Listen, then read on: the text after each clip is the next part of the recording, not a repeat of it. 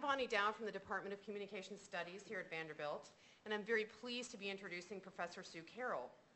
Professor Carroll is a professor of political science and women's and gender studies at Rutgers University, as well as senior scholar at the Center for American Women in Politics at the Eagleton Institute of Politics at Rutgers.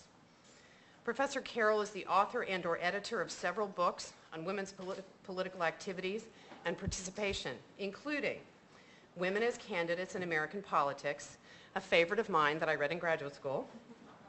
Also, The Impact of Women in Public, which ages both of us, right?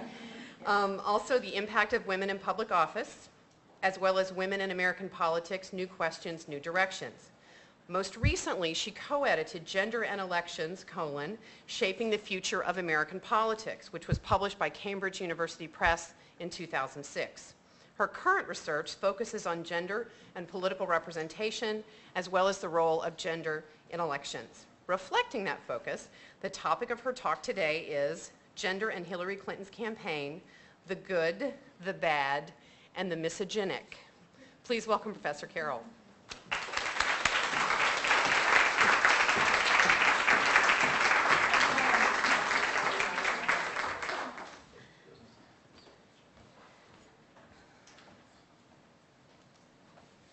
Hello, everyone. Thanks for coming. I'm delighted to be here. It's my first trip to Vanderbilt, and so far it's been a wonderful experience. I want to start out by saying I tried to dress for the occasion, which I don't know if you get this, but I tried to don the attire of the Sisterhood of the Traveling Pantsuit, but I just couldn't bring myself to put on lipstick. I only do that for TV appearances. I want to begin this talk with a confession that might surprise some of you, and particularly since I'm going to be talking for on and on and on about Hillary Clinton and her campaign. And that is that I began this campaign season without much academic interest in Hillary Clinton's campaign. As a political scientist whose work focuses on gender in U.S. politics, and as a senior scholar at the Center for American Women in Politics, I knew I'd spend a considerable time talking to the press about Hillary Clinton, and I certainly understood the historic nature of this candidacy, that she was taking the next big step towards putting a woman in the White House by actually entering and running through the primaries, something no woman had done since Shirley Chisholm entered some primaries and had her name placed in nomination at the Democratic Convention back in 1972. On a personal level, I was certainly supportive of Hillary Clinton's candidacy. In fact, I always expected that the first woman candidate to make a sustained and serious run at the White House might well look like Margaret Thatcher, or dare I say, Sarah Palin. That is, that she would be a Republican, ideologically conservative, and an opponent of the agenda of organized feminism, or much of the agenda of organized feminism. Perhaps it's all a matter of expectations, but since I was expecting Margaret Thatcher to show up, Hillary Clinton looked pretty good to me. Even if I didn't agree with all of her proposed policies and political positions. But academically, I began this campaign without great intellectual interest in Clinton's bid for the White House. I just didn't think there was much to learn from her campaign. After all, she was a single case of a very exceptional woman with an idiosyncratic background as a former First Lady. And my attitude was pretty much, how much can you learn from an N of one, and particularly an N of one as atypical as Hillary Clinton. In addition, I didn't foresee that gender was going to be all that important in her campaign. I began this campaign season with the expectation that gender and gender stereotypes would make a lot of difference in the case of women candidates who are not well known. Thus, for example, gender might matter a great deal in the way people viewed and evaluated candidates for the state legislature or even a first-time congressional candidate. But in the case of long-serving incumbents who become familiar to their constituencies or high-visibility candidates with lots of name recognition, gender and gender stereotyping should matter, I thought, far less. Once a woman became well-known to voters, it seemed to me that her individual persona would trump gender stereotypes, and she would be judged more as an individual in her own right and less as a typical woman. Based on this line of reasoning, I started the campaign season with the expectation that Hillary Clinton was such a well-known commodity that she would largely be able to transcend the usual problems women face based on gender and gender stereotyping. Gender might matter some, but not very much. She would be viewed and judged not so much as a woman candidate with the advantages and disadvantages that might bring, but rather as Hillary Clinton, a persona with her own unique assets and baggage as a candidate. Well, hindsight is 20/20, and I now wonder how I could have been so wrong. Clearly, I was envisioning the political world as I hoped it would be, rather than the political world as it really is. The 2008 presidential campaign has certainly been an educational experience for me, and contrary to my starting assumption months ago, that gender might matter some but not very much, I now perceive that gender was a pervasive force affecting almost all aspects of Hillary Clinton's campaign and people's reactions to it. I've come full circle and now strongly believe that there is much about gender in politics that can be learned from Clinton's campaign. Indeed, I view it as a great tragedy that those of us who are scholars of women in politics did not have a comprehensive research strategy in place to study the historic campaign as it unfolded, but now must analyze it retrospectively. It's difficult, I believe, to overstate the significance of this year's contest for the Democratic nomination. Who among us a decade or two ago would have foreseen a race where an African-American man would emerge as the nominee with a white woman as the other major contender for the nomination, not to mention yet another white woman as the vice presidential nominee of the Republican Party? This is truly an amazing moment in the history of our country, one that highlights how far we've come. And while Barack Obama emerged from the primary season as the victor, Hillary Clinton went much further than any woman has gone in the past. With all due respect to Obama and the excellent campaign he waged, Clinton, unlike any previous woman, came incredibly close to winning her party's nomination. She received more than 18 million votes, which you will remember she characterized as 18 million cracks in the glass ceiling, and she raised more than $233 million. She won 1,640 pledged delegates compared to 1,763 for Obama. And she ended the primary season on a roll, even though that roll came a bit too late for her. From March 1st on, she won 9 of the last 16 contests. But while there's much that was positive for both Clinton and Obama in this historic election, there's a flip side as well. Unfortunately, this moment in American history also illustrates how far we have to go in overcoming racism and sexism. One of the truly painful aspects of this nominating contest was the way that racism and sexism were pitted against each other. At times during the campaign, the media raised the inevitable question about which is worse or more deep-seated in American life, sexism or racism, as well as questions given Obama's defeat of Clinton in the Democratic primary about whether there is something in American culture that always allows black men to advance politically before white women. Such questions strike me as particularly misguided, even pernicious, because they reflect an assumption that somehow sexism and racism can be compared on a common metric when in fact the underlying dynamics, manifestations, and genealogies of the two are completely different and render any comparisons meaningless. There's also a second respect in which I have found the 2008 election painful, and I say this with great respect for Shirley Chisholm's bold and historic bid in 1972, and with admiration for Carroll Moseley Braun's willingness to put herself forward as a candidate in 2004. The very presence of a black man and a white woman as the major contenders for the Democratic nomination, as well as the nomination of a white woman for vice president on the Republican ticket, has underscored that which is not yet possible or imaginable in American politics, and that is the emergence of a black woman or a Latina or an Asian American woman as a serious contender for the presidency of the United States. On July 10th, in his first joint appearance with Hillary Clinton after she suspended her campaign, Barack Obama proclaimed, quote, "Because of what Hillary accomplished, my daughters look at themselves a little differently today. They're dreaming a little bigger and setting their sights a little higher," end quote. While I sincerely hope this is true, I fear that even at their young ages, the Obama children comprehend that their mother could not yet stand where their father stands. Hopefully there will be much research examining this historical campaign over the next few years, but of course that research is just now beginning to be conducted, and as a result my talk today is based less on research than on observations, although hopefully informed observations.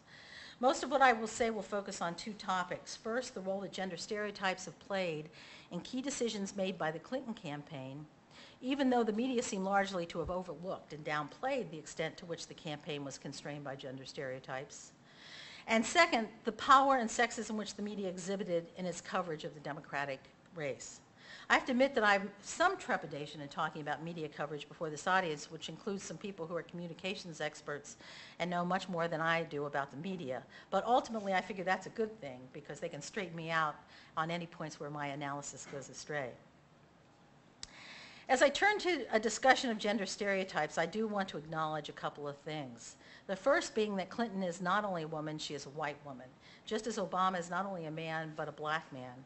In this particular talk, I'm not going to deal with the hugely complicated question of how the intersectional dynamics of race and gender affected the Democratic campaign, but I do want to acknowledge the presence of these dynamics and point to them as an important topic for future analysis. Second, I want to underscore that both Clinton and Obama were running for an office where the default category is a white man. Both candidates had to run not only against each other, but also against this construction in the public imaginary, this well-ingrained image of what a president is. And both campaigns had to contend with additional obstacles and considerations as a result that, frankly, white male candidates do not confront. While my focus is on how Clinton's campaign was constrained and affected by sexism and gender stereotypes, there's no doubt that Obama's campaign has been and continues to be constrained and affected by racism and racial stereotypes as well. Let me now turn explicitly to the role of gender stereotypes in the Clinton campaign. If the historic path-breaking nature of the race for the Democratic nomination represents the good in the subtitle of my talk, then the way that the Clinton campaign seems to have been constrained by negative gender stereotypes represents the bad. The social psychological literature on gender stereotypes in leadership provides an excellent guide to the potential pitfalls that might await any woman who dares to seek the presidency. There's a large body of research conducted under what is known as the Goldberg paradigm, which examines biases and perceptions of equivalent behavior on the part of men and women. Usually in experimental, but sometimes in natural settings, subjects are presented with equivalent resumes or speeches or essays, one attributable to a man and one attributable to a woman, so that the only variable manipulated is gender. Perhaps not surprisingly, when the job or task is stereotypically masculine or even gender neutral, study after study has found men are preferred over women. Other research related to the Goldberg paradigm has shown that women leaders are rated lower than their male counterparts when they occupy male-dominated roles and employ stereotypically male leadership styles. And this is especially true when men do the evaluating. In other words, men are particularly likely to devalue women who occupy traditionally masculine leadership roles. Research has also shown that women encounter more dislike and rejection than men do for showing dominance, expressing disagreement, or being highly assertive or self-promoting. Based on this body of social psychological research, one might wonder how a woman could possibly be brave enough to step forward as a presidential candidate. Given these findings, one would certainly expect a female candidate for perhaps the most masculinized of all political jobs, commander-in-chief, to start at a significant disadvantage. The very role of presidential candidate demands that she demonstrate her ability to be dominant, and campaigning certainly requires self-promotion and disagreement with one's opponent. But the social psychological research suggests that seeking the position of president and engaging in the behaviors of campaigning would cost her significant support from the get-go, based solely on her gender, especially among men. And then the social psychological literature, as if that's not bad enough, adds an additional twist to this already difficult scenario, a very serious catch-22 for women in leadership. Research by Alice Eagley and others shows that women are perceived as communal, that is warm and selfless, for example, but not very agenic, that is assertive and instrumental, for example, while men are perceived as just the opposite. Because of doubts about women's agenic qualities, which are, of course, those our culture tends to associate with leadership, women who wish to be leaders are held to a higher standard of competence than men. They have to do more to demonstrate their qualifications and abilities. However, in doing so, there's a danger that they may appear too agenic and consequently not sufficiently communal. In other words, in proving that they are qualified to be leaders, women can easily cross the line and appear to be insufficiently feminist. That is, not nice, or at least not nice enough. The trick then is that women who aspire to leadership must somehow find a way to strike a balance between agenic masculine behavior and communal feminine behavior. Margaret Thatcher, the former Prime Minister of Britain, for example, struck this balance in part by always dressing stylishly, carrying a handbag, and wearing her signature pearls. In other words, by consciously adopting a very feminine appearance to complement her very masculine political behavior. But this line between agenic and communal, masculine and feminine, is a very fine line to walk, and it's a very difficult one to walk. And it is perhaps a line that Hillary Clinton's campaign did not walk well enough. As I look back on Clinton's campaign, it's clear to me that several of her campaign's most critical tactical decisions were made in order to counter certain gender stereotypes that could have adversely affected the campaign. And yet the campaign got trapped by these tactical decisions. They became a sort of catch-22 for Hillary Clinton. And these decisions and the traps she found herself in likely contributed to her failure to win the nomination. Let me explain what I mean through 3 examples. A lot of research by political scientists and political pollsters has shown that voters have strong and specific stereotypes about women candidates and potential women leaders. One of the stereotypes is that women are assumed to be less qualified to hold public office than men, even when they have more experience and stronger credentials. Because of this stereotype, I think it was not at all an accident or surprising that Hillary Clinton made experience the centerpiece of her campaign for the Democratic nomination. To counter the gender stereotype, her campaign understood that they needed to convince people that Clinton was competent and that she was up to the job. In most of her stump speeches throughout the primary season, she proclaimed that she would be ready to lead on day one. While Obama talked in broad strokes, Hillary Clinton proved over and over again her mastery of the details of public policy, demonstrating the knowledge she had gained through her years of experience in public life. That was not by accident. But of course, as we all know in retrospect, by emphasizing experience as the major theme of her campaign, Clinton ceded the issue of change to Obama, who made that the centerpiece of his campaign. Ironically, the Clinton campaign may have believed that the fact that Clinton was a woman was, in and of itself, a sufficient indicator of change for voters. After all, one of the truisms of the literature on women candidates is that women, as traditional outsiders to politics, are viewed by voters as the very embodiment of change. Thus, women candidates tend to do well, as they did in congressional races back in 1992, for example, in elections where voters are dissatisfied and looking to throw the rascals out. So it may well be that the Clinton campaign did not believe that they needed to explicitly emphasize change. They may well have assumed that Clinton as a woman would, by default, be seen as an agent of change. But of course, one apparent miscalculation here was that another candidate entered the race who embodied change in his physical appearance and also explicitly embraced the mantle of change. The Clinton campaign also may have miscalculated the extent to which Bill Clinton and the idea of a co-presidency would or would not be seen as a potential asset. It would have been a very difficult sell to argue both that Hillary Clinton represented change and that. At the same time, she would take the country back to the glory days of Bill Clinton's presidency, where the economy was booming and the nation was not at war. I think the choice between these two strategies, emphasizing change or hearkening back to the past, was always a tension in the campaign. But it appears that Hillary Clinton's campaign chose, at least initially, to put more emphasis on the glory days and subtle and implicit suggestions about a co-presidency than on constructing Hillary as an agent of change. Anyway, one of the great ironies of this campaign, I believe, is the fact that the very first woman to make a serious run for the White House came to be seen as the representative of the status quo. Who could possibly have anticipated that? Certainly there's nothing in the literature or the research related to women in politics which would have pointed to that expectation. Contrary to most of the media reports that seem to portray Clinton's emphasis on experience as a campaign blunder, the strategic error the Clinton campaign made was not in emphasizing experience, I think they had to do so, but rather in failing to transition at some point from an emphasis on experience to an emphasis on change, or even better, in finding a campaign theme or slogan that would have encompassed both experience and change, something like experience for a change. A theme such as this not only would have responded to what voters are looking for this year, but also would have been a nice swipe at George W. Bush and might have reminded voters of the danger of having an inexperienced president in the White House.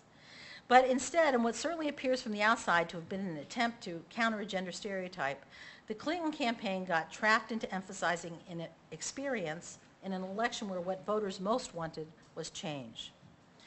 A second gender stereotype that I believe the Clinton campaign worked to counter was voters' concerns about whether a woman is tough enough to be president, whether a woman can take command and withstand the emotional demands of the job. Again, both political scientists and political pollsters have documented that toughness is an area of concern for voters, especially when it comes to women candidates for executive positions. Because of the negative gender stereotype of women as too weak and too emotional, Clinton had no choice but to portray herself as tough and strong, and the Clinton campaign was tremendously successful in establishing her strength. She was rarely, if ever, described as weak. From the very beginning of her campaign, Clinton presented herself as tough as nails and as a fighter who would never give up. Governor Mike Easley of North Carolina described Clinton as someone, quote, who makes Rocky Balboa look like a pansy. And a union leader in Indiana even introduced her last April by describing her as a person who has, and I really like this phrase, testicular fortitude. While the Clinton campaign did a great job in countering the perception of women as not sufficiently agentic, the strategic mistake they may have made was in not also showing her as sufficiently communal and finding the right balance between agency and community, between showing her strength and demonstrating her humanity. Clinton was so successful in demonstrating toughness that many observers thought she didn't show enough emotion. Clinton seems to have won some people over in New Hampshire when she teared up on the eve of the primary because people longed to see more of her human side. Of course, had she shown her softer side without first establishing how strong she was, it would have been a disaster for her campaign, a sure sign that she wasn't up to the job. Again, as with the issue of experience, Clinton's campaign may ultimately have placed too much emphasis on toughness without showing enough of her personality, humanity, and humor. It's the balance between the two that seemed to be missing throughout much of the campaign, although admittedly the structure of the primary season made striking such a balance much more difficult. While early in 2008, voters in Iowa and New Hampshire might have seen enough of Clinton's toughness to have been positively receptive to seeing her human side, voters in Ohio and Texas and Pennsylvania, for example, were just at the beginning stages of exposure to the Clinton campaign. Consequently, a display of emotion might have been perceived very differently and much less positively by voters in these states, who in a sense had not yet been fully exposed to the toughness treatment. Finally, the Clinton campaign had to contend with a third stereotype, one that's very closely related to the stereotype of women as too weak and too emotional to handle the demands of a high-level office, political office. And this is the stereotype that women are less prepared than men for the role of commander-in-chief and less able than men to handle the military, national security, and foreign affairs. Clinton tried to deal with this stereotype from the moment she was elected to the U.S. Senate by obtaining an appointment on the Armed Services Committee. And of course, she lined up a long line of military brass who supported her candidacy, perhaps most visibly Wesley Clark. She was very careful as a candidate never to show any sign of weakness on these issues, even going so far as to say back in April in a very, very controversial statement that you might remember, that if Iran attacked Israel, quote, we would be able to totally obliterate them, unquote.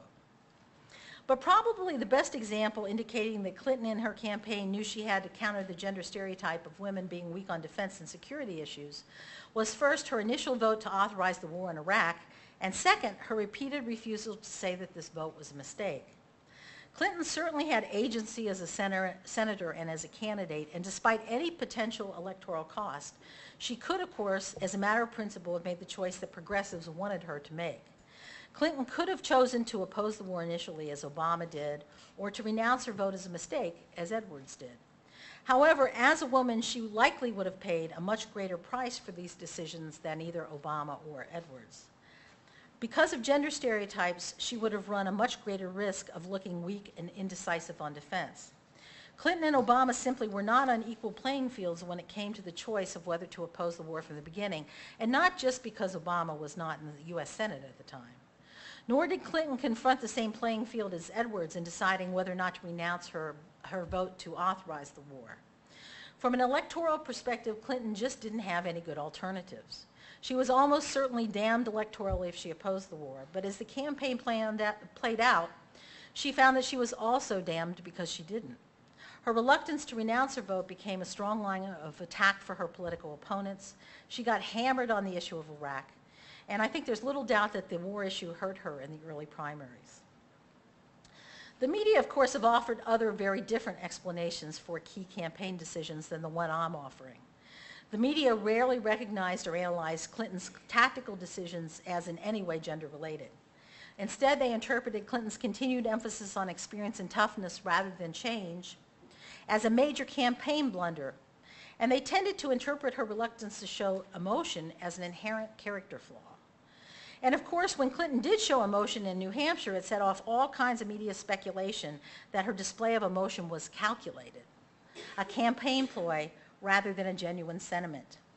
Similarly, the media interpreted Clinton's initial vote on Iraq and her reluctance to renounce it as either a character flaw or a strategic mistake rather than as a necessary response to a gender stereotype. In overlooking or downplaying the ways in which gender stereotypes appear to have constrained decision-making in the Clinton campaign, I believe the media not only missed a very important part of the story of the race for the Democratic nomination, but also failed to give the Clinton campaign a fair shake. I want to talk more about how the media may have fallen short in its coverage of the Clinton campaign, but before I do so, I have one additional point I want to make about gender stereotypes. One of the interesting research questions arising from this campaign is whether the candidacies of Hillary Clinton and now Sarah Palin will have helped weaken some of the gender stereotypes and reduce their stronghold on the public imagination. One of the reasons that it's so important to find out whether negative gender stereotypes have diminished in strength is that they will not only constrain future women candidates who seek the presidency, but they also are likely to constrain, to the extent that they continue to exist, the actions of the first woman president.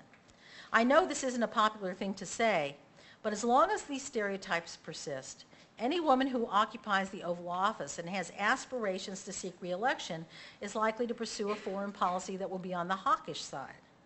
A woman in the presidency will feel considerable pressure to prove her toughness in both domestic and in international context.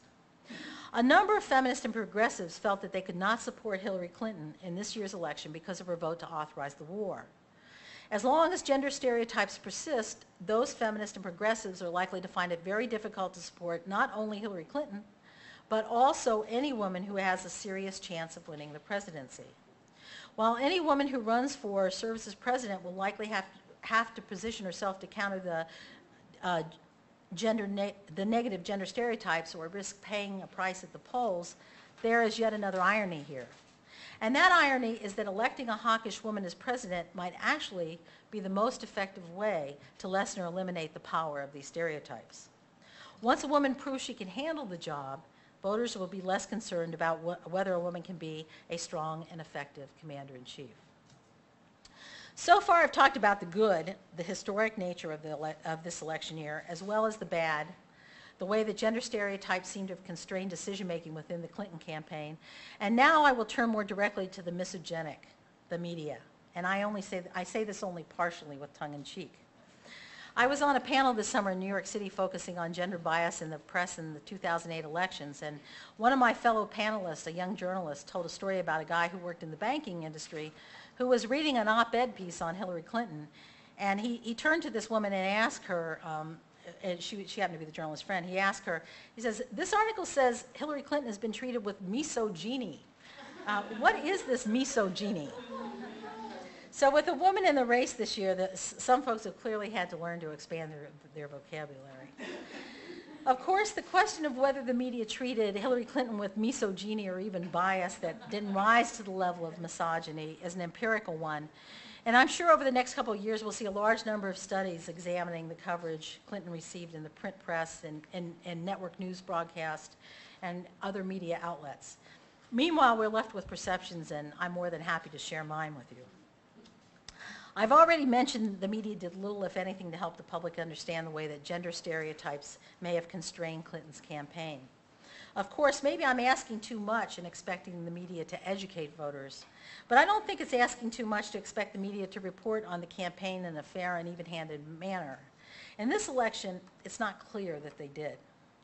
There's been considerable attention to the fact that many of Hillary Clinton's supporters and even some feminists who did not support Clinton were upset by the coverage of this year's campaign. I think there are really three analytically distinct, even if not mutually exclusive, reasons for the outpouring of anger and emotion over the way the Clinton campaign was covered. And I want to spend a few minutes talking about each of them. The first reason is that sexism directed at Hillary Clinton in the political arena often was not considered newsworthy. The second is that sexism and sexist remarks by journalists and on-air pundits were treated as acceptable, a normal part of political discourse. And the third reason is that some journalists themselves appeared to behave as political actors with clear preferences among the candidates. Let me start with the first of these reasons for why many Clinton supporters were troubled by media coverage of this year's primary campaign, that sexism directed at Hillary Clinton was not considered newsworthy. Some examples. At a campaign event, John McCain was asked, "How do we beat the bitch?" His response, "That's an excellent question." This incident did receive some media coverage, but not nearly as much as many Clinton supporters felt the incident merited.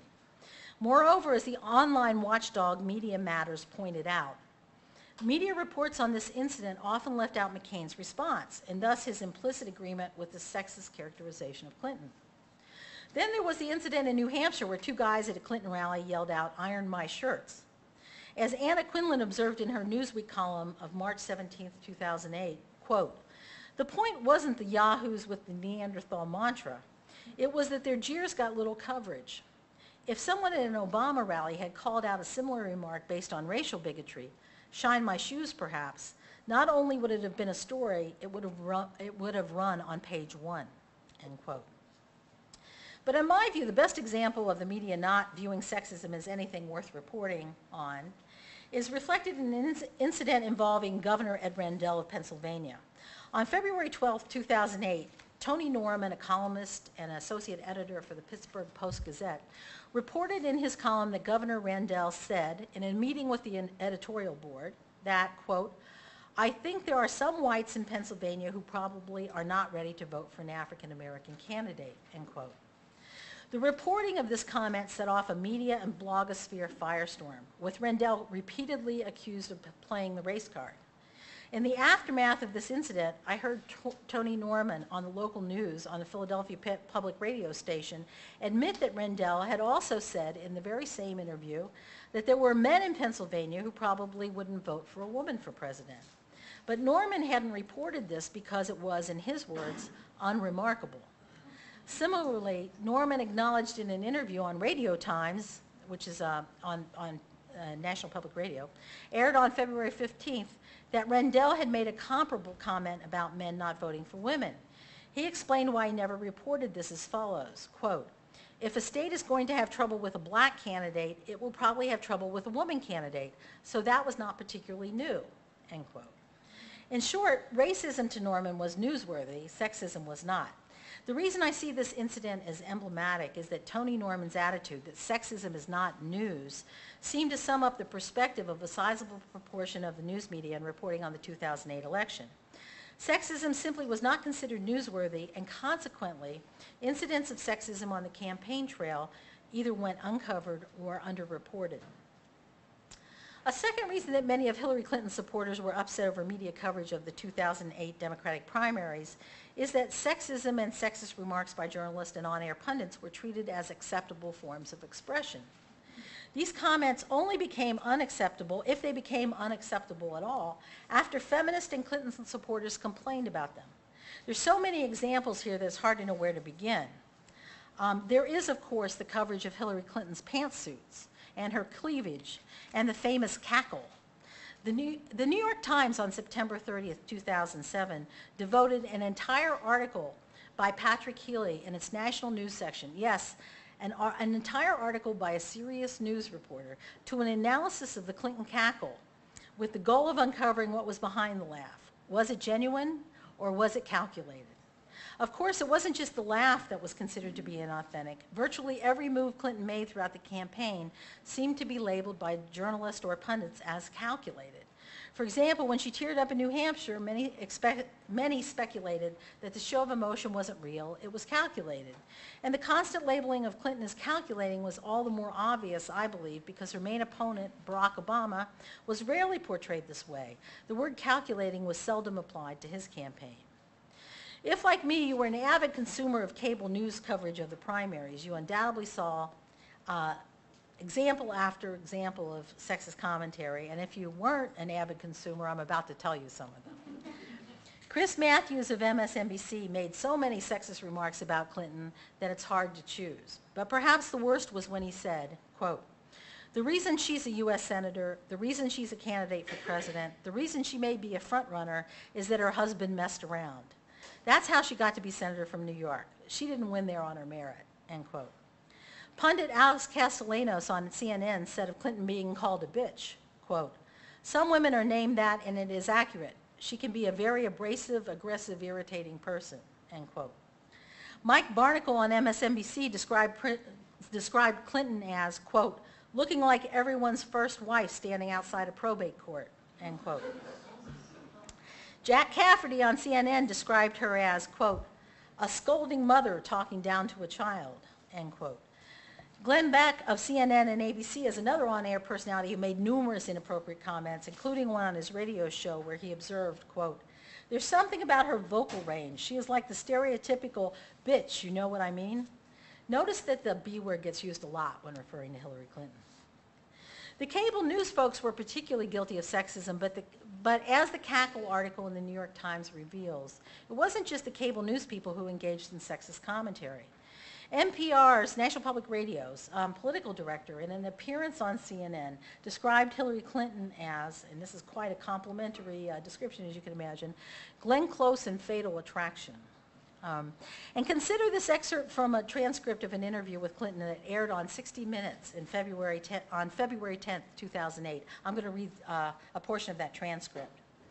"What were you like in high school? Were you the girl in the front row taking meticulous notes and always raising your hand?" Couric asked. "Not always raising my hand," the senator replied, laughing. "Someone told me your nickname in high school was Ms. Frigidaire. Is that true?" Couric asked. "Only with some boys," Clinton said, laughing. Now, at least the transcript doesn't say cackling. But when is it ever appropriate to ask a presidential candidate if she was called Ms. Frigidaire? Again, the sexism is all the more evident when compared with the coverage of Barack Obama, who was interviewed on the same show and was not asked any personal questions like these. Of all the people whom I heard comment on sexist treatment that Hillary Clinton received in the media, I thought the most astute observation was made by Maria Esteveste, a senior Clinton advisor and a law professor at Berkeley, who was asked by Bill Moyers on May 16, 2008, why many women seem to believe that Senator Clinton should not withdraw from the presidential race but should stay in there till the end. Esteveste responded, quote, "Because they believe that Hillary Clinton did not get a fair chance. There is a zone of protection around Senator Obama on race where none existed on gender," end quote.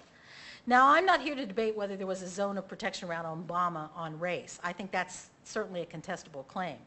But I do think that Esteveste's observation that there was no zone of protection around Clinton when it came to sexism is absolutely correct and a very useful way of describing the problem. And finally, I come to the third reason that Clinton supporters were upset by the media coverage Clinton received, that some journalists themselves appeared to behave as political actors with clear preferences among the candidates. Tim Cook made the claim several years ago in Governing the News that journalists are political actors, and perhaps in the 2008 election campaign more than any others, any previous one, journalists have allowed their personal political preferences to influence their work. For whatever reasons, and the reasons were likely complicated, numerous reporters, on-air personalities, and pundits seem to have had a strong personal dislike for Hillary Clinton. And this dislike was perhaps more evident by comparison because many of these same media people seemed quite enamored with Barack Obama and his campaign. The two candidates were not treated equal. And this unequal treatment wasn't limited to the evening news shows, to the evening shows on cable stations like CNN, MSNBC, and Fox, which those in the news business, the serious news business, often claim aren't really news at all, but rather entertainment. While there isn't much research yet on media coverage of the candidates, the Center for Media and Public Affairs at George Mason University has monitored nightly news broadcasts. In an analysis of 933 election news stories that aired on the evening news shows of the three major networks from mid-December through mid-March, They found that coverage of Clinton was much less favorable than coverage of Obama on all of the networks, individually and collectively, throughout the period. For example, in the pre-Super Tuesday period, only 53% of comments about Clinton were positive, compared with 88% of the comments about Obama. And even during the height of the Reverend Wright controversy, March 13th through the 22nd, Clinton received only 40% positive comments, compared with 62% positive comments for Obama. Of course, to some extent, these differences reflect what Richard Hofstadter and others have referred to as situational and structural bias. Obama was the fresh political face in 2008, the new candidate who spoke an inspiring language and filled large arenas. This was bound to lead to more favorable coverage for him. But the differences in the amount of positive coverage Clinton and Obama received are so large, especially in the pre-Super Tuesday period, that it's hard to imagine that some of the difference is not due to simple preference for Obama over Clinton. And when you think about the demographics of those who have the most power in the news business, white, male, well-educated, higher income, it would not at all be surprising to find that they favored Obama over Clinton. After all, this is one of the groups in the Democratic primary electorate that was most supportive of Obama and least supportive of Clinton. Of course, reporters, editors, management will all deny that any such personal bias affected their work. But interestingly, Katie Couric, and yes, this is the same Katie Couric who asked Clinton if her nickname used to be Ms. Frigidaire, did speak out. Katie Couric did speak out on CBS Evening News, although only after Clinton had suspended her campaign. On her June 11th broadcast in a postmortem on the Clinton campaign, Couric observed, quote, "One of the great lessons of that campaign is the continued and accepted role of sexism in American life, particularly in the media. If Senator Obama had to confront the racist equivalent of an Iron My Shirt poster at campaign rallies or a Hillary nutcracker sold at airports, the outrage would not be a footnote, it would be front page news," end quote. I'll provide just a couple of quick examples where I think reporters were very much influenced by their candidate preferences. The first example involves two NBC, MSNBC reporters and their contrasting statements. Reporter Lee Cowan admitted, quote, "When NBC News first assigned me to the Barack Obama campaign, I must confess my knees quaked a bit," end quote. Contrast this with Tucker Carlson, now MSNBC's senior campaign correspondent, who was proclaimed on more than one occasion on the air, quote, "When Hillary Clinton comes on television, I involuntarily cross my legs," end quote. So what is this, man crush meets castration complex? Who knows? But the point is that one doubts that either of these gentlemen could be very objective in covering the candidates. And then we're back to the New York Times, which clearly felt compelled to defend itself and media coverage more generally against charges of sexism in both a June 13th article entitled "Media Charged with Sexism in Clinton Coverage" and a June 22nd op-ed by Clark Hoyt, who's the public editor for the Times, entitled "Pantsuits in the Presidency." The upshot of both was pretty much that the accusations of sexism were without merit. But consider this quote from a front page article in the New York Times on March 4th, 2008. Here's the quote. "The day was the latest installment in the riveting drama between two formidable historic candidates, the first woman to be a serious contender for president, and the charismatic young black man who has packed arenas across the country and overtaken Mrs. Clinton in many polls in the delegate count," end quote. Now, if you were an undecided voter, which candidate would you want to support? And consider that the New York Times actually endorsed Hillary Clinton as their choice for the Democratic nomination. With friends like this, who needs enemies? Of course, I've clearly engaged in some cherry picking in order to illustrate my three reasons for the outpouring of anger and emotion over the way the Clinton campaign was covered. We'll have to wait further scholarly research to determine how much bias and sexism actually crept into the coverage. But there's so much smoke surrounding the media coverage of this campaign that it seems highly likely that researchers will find some fire as well. To bring my series of reflections to a close, let me just briefly address the question that inevitably will be raised. Yes, major campaign decisions may have been influenced by gender stereotypes. And yes, perhaps there was some sexism in the media coverage of Hillary Clinton and her campaign. But are these the reasons she lost the Democratic primary? Here is how Al Hunt answered this question in commentary for Bloomberg News.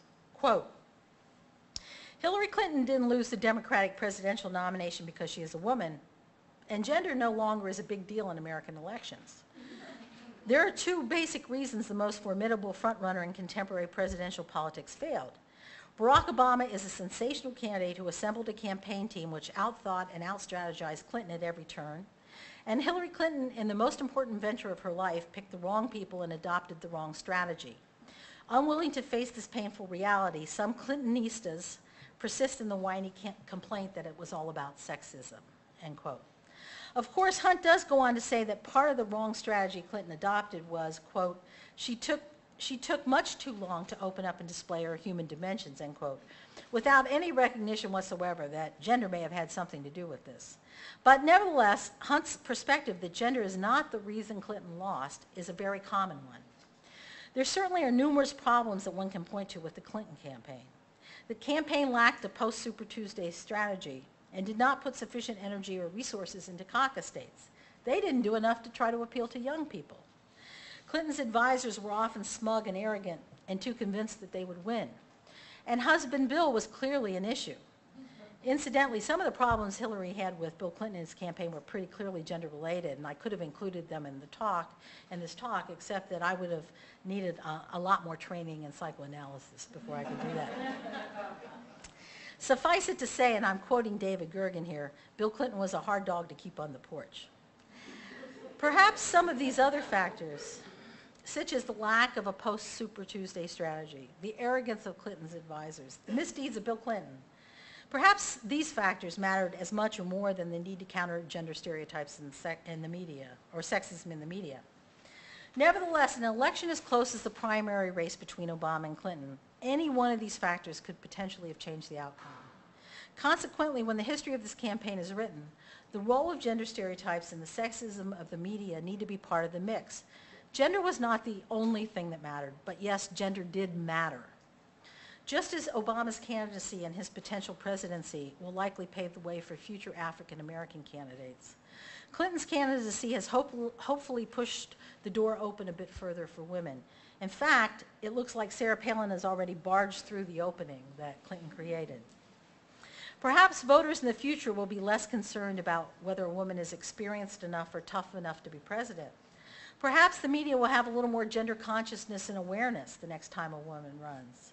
And perhaps someday the American public and the media will come to value strength and assertiveness in women leaders as much as they value those qualities in men, thereby achieving the vision offered by the fashionista Tina Fey of Saturday Night Live when she proudly proclaimed, "Bitch is the new black." Thank you.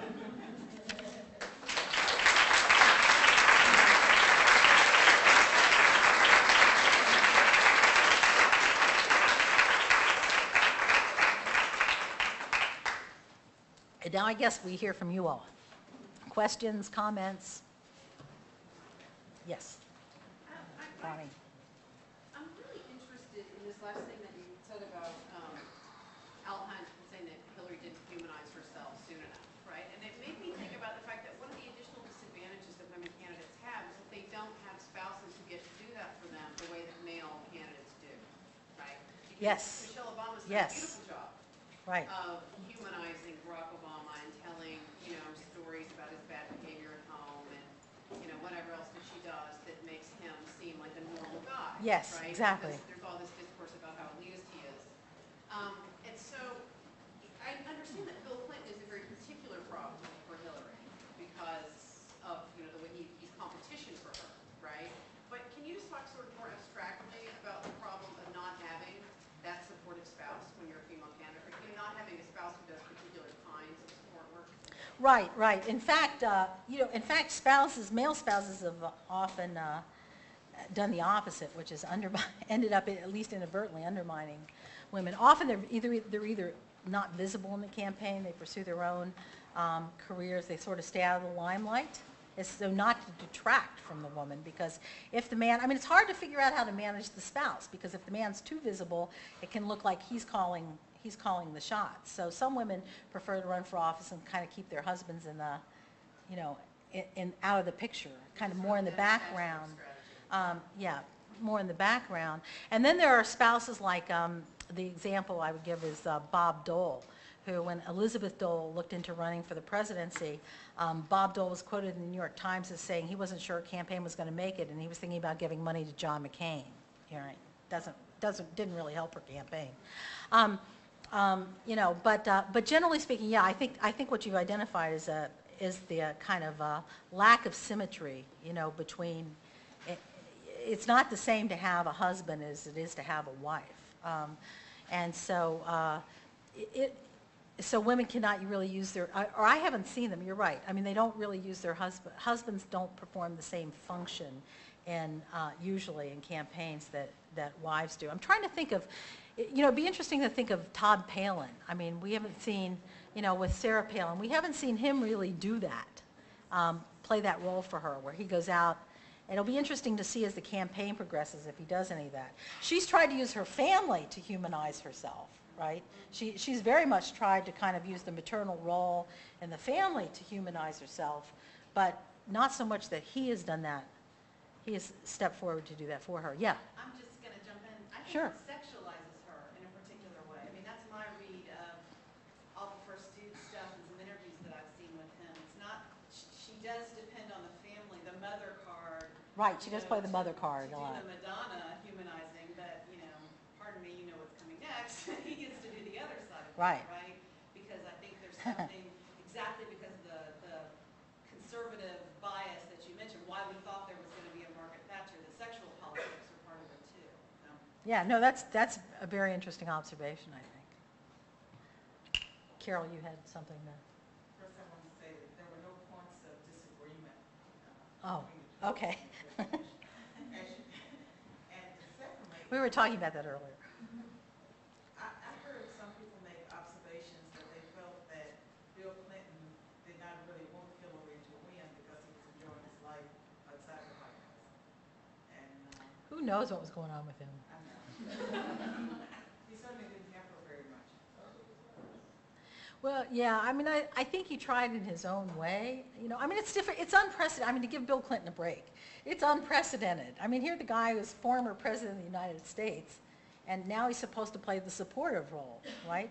And I think that's a very difficult and unprecedented adjustment for someone to have to make. But you're right. He did not negotiate it very successfully. I don't know what more to say about that. Yes, in the back. I had a question for you about misogyny and sexism and bias. Yeah. How the media talks about these things. Because I kind of feel about misogyny and sexism and the way the media uses the terms. I remember sort of silly discussions we had about using black versus African American. And newspapers used to, sort of develop a rash if you asked them to write African American sort of in the early 80s. Yes.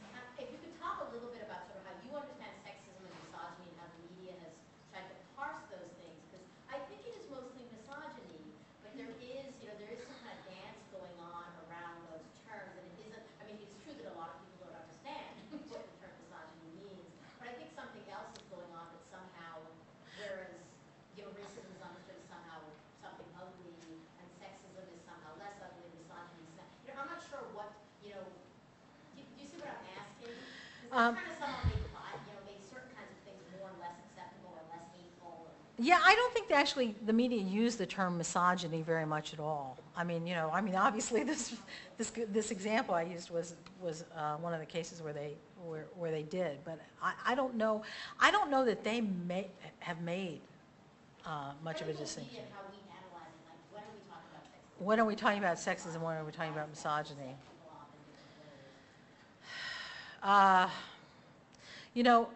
I mean, I see what you're asking. I don't quite know how to answer it because I just haven't thought enough about it. I think the two terms have not been clearly differentiated. I think they're used more interchangeably at this point, even though the meanings can be quite different. Do you have some thoughts about it? Exactly, I asked your thoughts, because it's one of the things that I've been kind of struggling with about sort of both how we respond to what we're critiquing in a way that we want to make that intelligible, but also why misogyny in particular, sort of seems both lesser known, lesser understood, and why somehow, it's not that anyone thinks sexism is good, but it is somehow perceived as acceptable, or normal, in a way that, so, sort of our very way of analyzing what the problem is. Yeah. Fear may be part of prevention. Yeah, I think we tend to think that misogyny is something that like happens in other countries, right? To a greater extent. Paid on the fact that, okay, that she's attractive, she's pretty, she's young. They even took her hair down from the speech. I mean, that's sexism too, that, That's sexism. you know, that he could have picked a Republican woman with more experience, that was older, but he chose, you know, the young woman, the pretty young woman.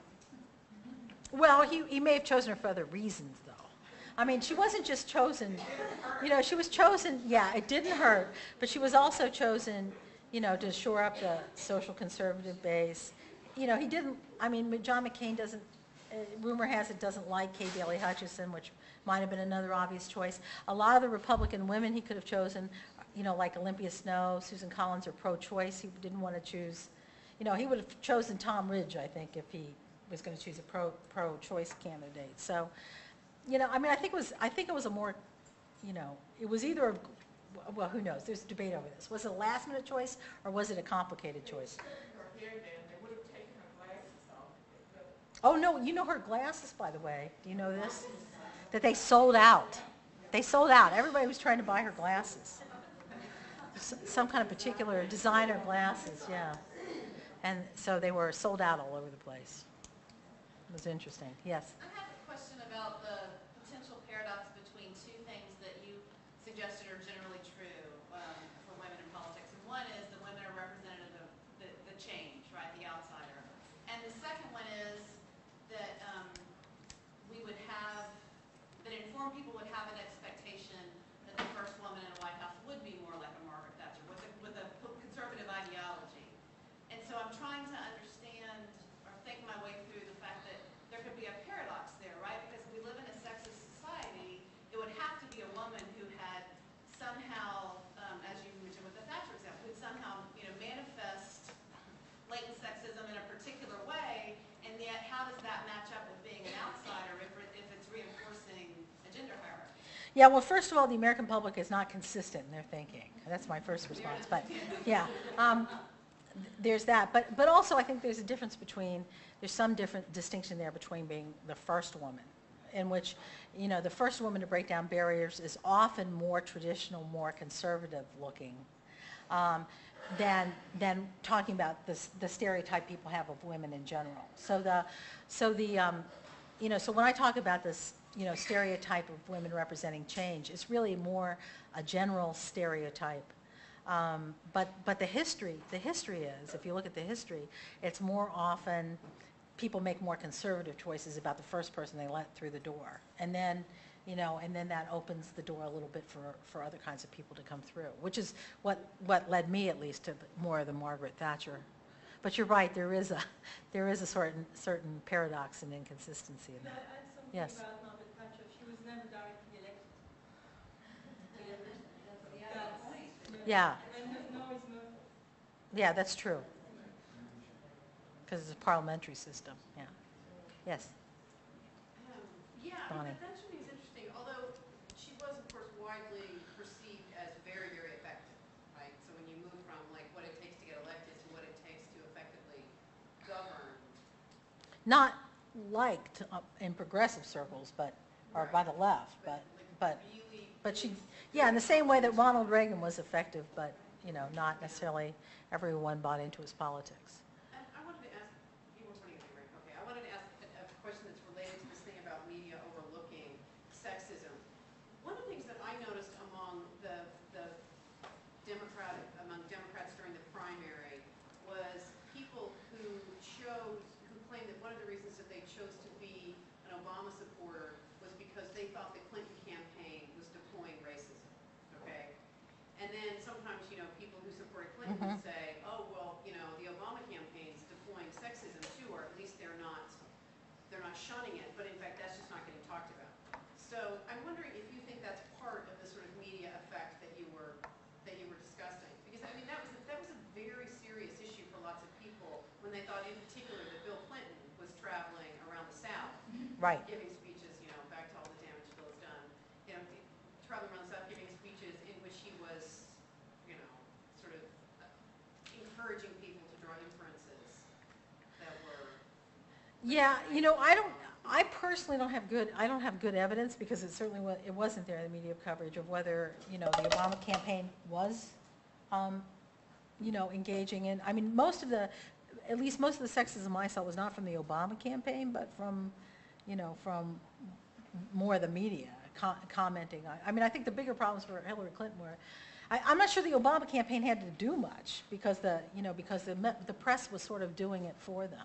So they in terms of that. benefited from the sexism. They benefited, sure they benefited from it, I think.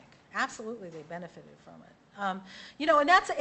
And that's what, I mean, this is part of campaigns, right? They do this. It's like what the, what we saw with the, Republicans this past week or two, where it was about the lipstick on the pig, where they basically played the gender card, and did to Obama what Bill Clinton would have said, was done to him, which is, basically use the race card against him. So, campaigns, I don't know, it's part of, I think it's part of campaigning, but I think the media was an intervening variable here. And so because the media was trying to stay away, I think personally, the media was trying to stay as far away from race or any kind of accusation of racism as they possibly could. Not the talk radio folks, but the more TV media, the more mainstream media. I mean, I think they actually wanted to absolutely appear not to be racist, because I think there's a sanction that's attached to. I think they perceived a sanction attached to appearing to be racist that they did not see attached to appearing to be sexist. And so I think, in a sense, they did some of the, work around. I'm sorry. I had to do this thing. Raising doubts, raising the kinds of issues. I mean, the Obama campaign, nor anyone who was, the Obama campaign probably wouldn't have done it themselves, because they were, I think, smart enough not to, but other operatives who, other kinds of groups might have done certain kinds of things, but I think they didn't really have to, because it was being done for them in a sense. I think that Obama himself has very much been complicit in trying to keep accusations of racism out of the public. Absolutely. Because he is trying to differentiate himself from a previous generation of African American that is perceived to see the world in racial terms. Right. So it's his what strategy. I understand is the fact that there was a lot of racism that was encountered sort of out on the trail that the Obama campaign simply refuses to talk about, because they are unwilling to have him come off as if he's an angry black man. Yes, I totally agree with you. But the other, I actually have another question. When I am curious, Hillary Clinton got a lot of votes, and Barack Obama got a lot of votes. But if you look at sort of who broke where, the votes that Obama got, in addition, obviously, to African Americans, he got younger voters and he got more educated voters. So if we look at the impact, this is not a demographic that I guess we would guess would be most swayed by misogynistic appeals. So how do you think about the fact that Obama got particularly the young and the educated Democratic primary voters? Well, he did, but those are not the only people he got. I mean, he in other words, he scored. He did. You're talking about tiny percentage differences in terms of like the amount of voters that they attracted. So you're right. I mean, so Obama got a majority support out of those groups, but he did get working class voters voting for him. Correct? Well, I think she did better with working. She did better. Much better with white working class. She did, but he did get support there. You could still. To their guns and religion and tradition, so why not also patriotic? Yeah, but I think these things are not exclusive. I mean, I actually believe that for many elite educated people, it's far more important to establish themselves as anti-racist than as anti-sexist. That is, they may not believe themselves to be sexist and may not want to think of themselves as people who would be moved by misogynist appeals, but there are people for whom, a central part of their identity is, I am not racist. And supporting Barack Obama is An affirmation of that. To shore that up. Yeah. Yeah, I think that was probably true. But you're saying, but if I understand your question, it's that you don't think that the sexism in the media had much effect on people, because Well, if I you don't look at know. the, I think there was evidence, the examples that you gave are obvious, and I follow. Yeah. It seems very clear that there was overt, sexism in the media. What I'm curious about when you look at who broke where is how much effect we can think about that in terms of how it would be elected. Because we would assume that the more, and maybe the Iraq War issue was where she really got handcuffed, right? Because Thatcher's surge in popularity came after she went to war with Argentina. So, maybe the fact that she was kind of trapped in this position because the young and the educated were the progressive wing of the Democratic Party that were particularly likely to judge her on the issue for right, vote popular. right. But of course, white working class voters, for some period of time during the Democratic primaries, were also eligible to go for Edwards. Right? He was Yes, also a candidate in absolutely. the race, but a lot of them still supported Hillary Clinton. Right. So she did get an awful lot of votes, and she got a lot of votes from the white working class. So I'm trying to think about how we explain this in the context of the real effects of the overt misogyny that you can identify. I agree with that. In the sense that maybe it's the white working class who would be most subject to rethinking their choice based on that. But that's assuming that, that's assuming that that might be true if we assume absolutely no racism. If you assume no racism. But if you assume that there are people who are kind of, want an excuse not to vote for a black candidate, then this can be an excuse too. I don't know. It could play out in all kinds of complex ways, I think. But right, I don't think so much that, I don't think there was a direct effect of the sexism. I think it worked at the margins. It just helped to, again, to raise more reservations about Hillary Clinton.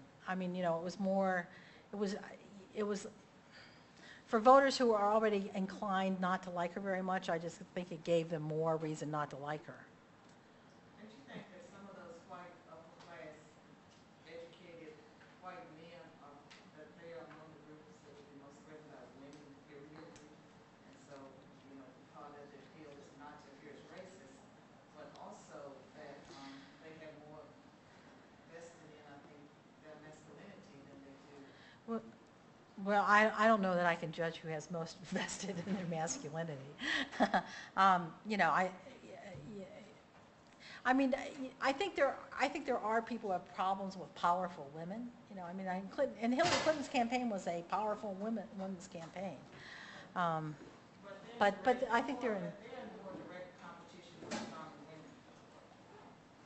Well, yeah, but I think working class people are in competition with women as well. Not necessarily Hillary Clinton's credential, women with Hillary Clinton's credentials, but they're still, I think they're still. I don't know. I can't array that. I can't say that one's worse than the other. Your talk in the very beginning, where you brought it back, and I thought was quite interesting. She was not the perfect study to do Right. sexism. And as you went through, I found it very interesting. I don't think she lost because of sexism. I could sit here and make arguments Right. about the fact the caucus system, the primary system. There are lots of things, right. We can make a whole long list, and sexism is not on there. But what I found very compelling as I listened to you speak, and it may be because we know her so well, we know him so well, but we can speculate. Do you think he really didn't want her to win? All of these, because they've been around so long. I didn't say that. But did you find it interesting at the end of doing all this work at the comfort zone that people in the media had about making these sexist references that they would have never made about race or religion or anything else? And I think if it were brought up, I wonder if they would think, oh, no, I that wasn't. No, they're saying. That's why all these. Whoa. Yeah. That's why there are these couple pieces in the New York Times. The media felt compelled to go out of their way to deny that they've been sexist. So comfortable, and I thought, goodness, yeah. And despite the evidence, despite evidence, they've gone out of their way. I've never seen an election like this where the media has felt that they had to write articles saying that they were not sexist. That was interesting. Actually, I think we are about out of time. So